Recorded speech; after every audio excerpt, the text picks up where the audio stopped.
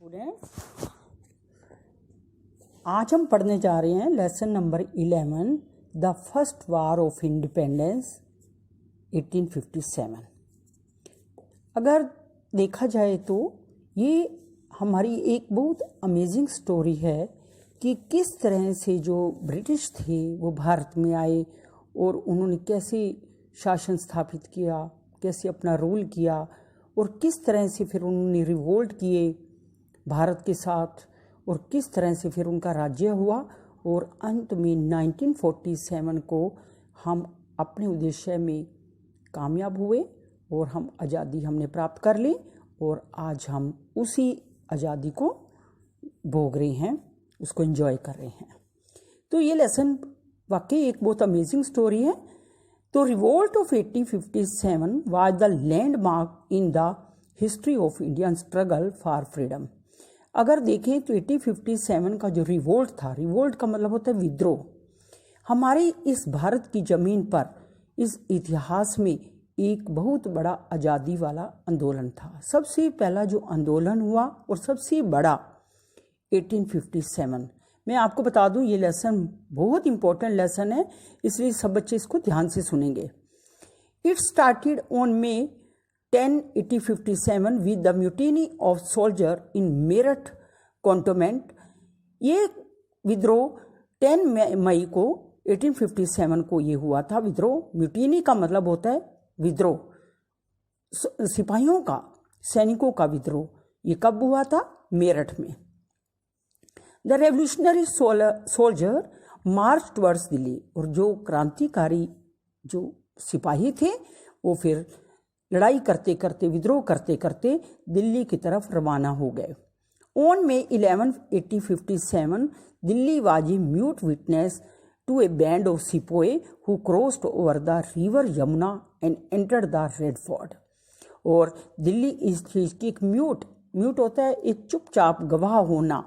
एक गवाह है कि बैंड ऑफ सिपोए कि बहुत सारे सिपाही जिन्होंने यमुना नदी को पार करके और रेड फोर्ट पर पहुंच गए, लाल किला पर पहुंच गए। They appeal to the aged Mughal emperor Bahadur Shah Zafar and emperor without any authority to take over the leadership of the revolt. उन्होंने जो बहुत एज्ड मुगल एम्परर था बहादुर शाह जफर, उसको कहा कि वो इस रिवोल्ट की लीडरशिप ले ले बिना कोई जिम्मेवारी के। He was proclaim to the Shah Hindustan. Shah उसको घोषित कर दिया गया, इसको जो है ये बहादुर शाह जफर को। The sepoy captured the city of Delhi. और जो सिपाही थे उन्होंने दिल्ली को कैप्चर कर लिया, उस पर अपना अधिकार जमा लिया। Killed many Englishman. और बहुत सारे इंग्लिशमैन को मार दिया गया। And ran sacked many public officer. और बहुत सारे जो ऑफिसेस थे जो अंग्रेजों के थे उनको लूट लिया गया। दो the revolt was started by the Indian soldier in the service of the east India company. बेशक ये रिवोल्ट भारत के सिपाहियों ने शुरू किया था, क्योंकि जो अंग्रेज थे 1757 में ईस्ट इंडिया कंपनी आ गई थी। 100 ईयर से वो हमारे देश पर राज कर रहे थे। लोग बड़े परेशान थे उनकी नीतियों से, उनके कामों से, उनके बिहेवियर से। इसलिए भारत उनको निकाल फेंकना चाहते थे, उनके शासन को ख़त्म करना चाहते थे। इसलिए उन्होंने रिवोल्ट किया भारतीयों ने अंग्रेजों के खिलाफ। It soon spread to different parts of the country. और ये रिवोल्ट धीरे धीरे भारत देश के कई कोनों तक, कई जगह पर फैल गया। Different section of the society like peasant, artisan, soldier, educated Indians and many Indian ruler join hands to fight heroically and against the foreign rule. हमारे अलग अलग जो विभाग के, समाज के जो अलग अलग विभाग के जो लोग थे, अलग अलग वर्कर थे, जैसे किसान थे, आर्टियंस थे, कलाकार, सोल्जर, सिपाही, एजुकेटेड इंडियंस, शिक्षित भारतीय and many Indian Indian ruler.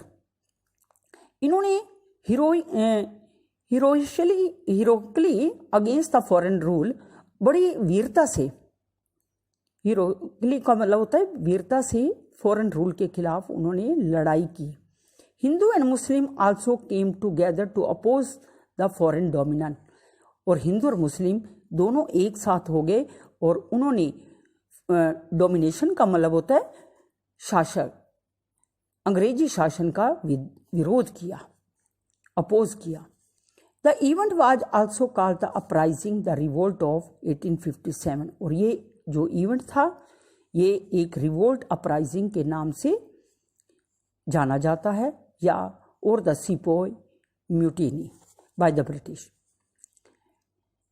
But Indian historian call it first वार, लेकिन भारत के जो इतिहासकार हैं, इंडियन इतिहासकार, वो इसको फर्स्ट वार ऑफ इंडिपेंडेंस कहते हैं, as it was the first time that different section of Indian society united and fought the as one nation to throw off the shackle of the foreign domination, क्योंकि ये पहला ही समय था जब भारत का हर नागरिक एक हो गया था, यूनाइटेड हुआ, इकट्ठा हुआ, और सबका एक एम था throw off the shackle of foreign domination, कि भारत में जो अंग्रेज आए हैं उनको निकालना और अंग्रेजी शासन को खत्म करना। Ever since the British had set foot on the Indian soil, बेशक ब्रिटिश हैड जब इंडियन सॉइल पर जब उसने कदम रखा था अंग्रेजों ने, the nation was losing the wealth, और तब से ही भारत ने अपना धन एंड इंडिपेंडेंस दोनों ही खत्म हो गए थे जिस दिन से अंग्रेज हमारे देश में आए थे। The aim of the British was to exploit the resources of the country, और ब्रिटिश का केवल एक ही उद्देश्य था कि भारत में, क्योंकि भारत में बहुत सारे रिसोर्सेज थे, संसाधन थे, धन था, सिर्फ ब्रिटिश का एक ही मोटिव था कि इस धन को समाप्त करना और अपने देश में भेजना। From 1757 onwards they won almost every battle against the Indian ruler, और 1757 से जब से वो छोटे छोटे विद्रोह करते रहे और सभी में उन्होंने सफलता प्राप्त की। The Indian ruler and kept the expanded area under their control, और सब जहाँ जहाँ वो युद्ध करते और उस पर जीत प्राप्त करके और उसको अपने राज्य में मिला लेते, और इस तरह से अपने राज्य को बड़ा करते गए, एक्सपेंड करते गए। They sent Indian wealth back home to England, और सारा धन लूट कर वो अपने देश इंग्लैंड में भेजते रहे। दिस एंगर्ड द इंडियंस, इससे जो भारतीय थे वो बड़े क्रोधित हुए।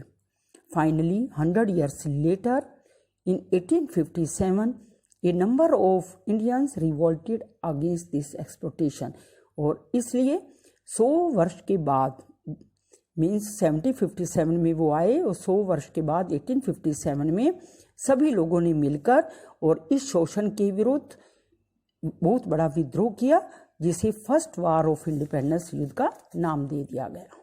Thank you.